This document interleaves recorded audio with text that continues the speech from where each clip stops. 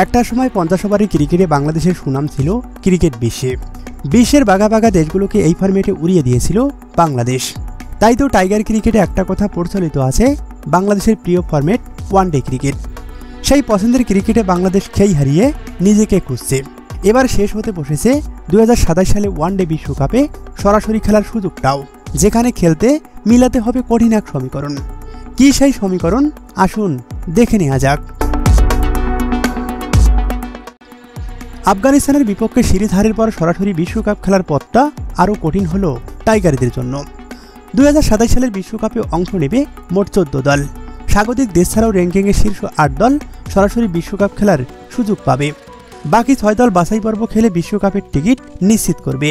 বর্তমানে 76 rating point নিয়ে বাংলাদেশ আছে র্যাঙ্কিংয়ের 10ম স্থানে, যার ফলে সরাসরি বিশ্বকাপ খেলা নিয়ে তৈরি হয়েছে সংশয়। বাংলাদেশের উপরে থাকা ওয়েস্ট ইন্ডিজের পয়েন্ট 80 এবং ইংল্যান্ডের 88। ওয়েস্ট ইন্ডিজকে আসন্ন ওয়ানডে সিরিজে 3-0 ব্যবধানে হারাতে পারলে শীর্ষ 8-এ ঢোকার সুযোগ তৈরি হবে বাংলাদেশের সামনে। আফগানদের বিপক্ষে শেষ ওয়ানডেতে জিতলেও বাংলাদেশের কোনো অবস্থার পরিবর্তন হবে না। টাইগাররা থাকবে 10ম স্থানেই।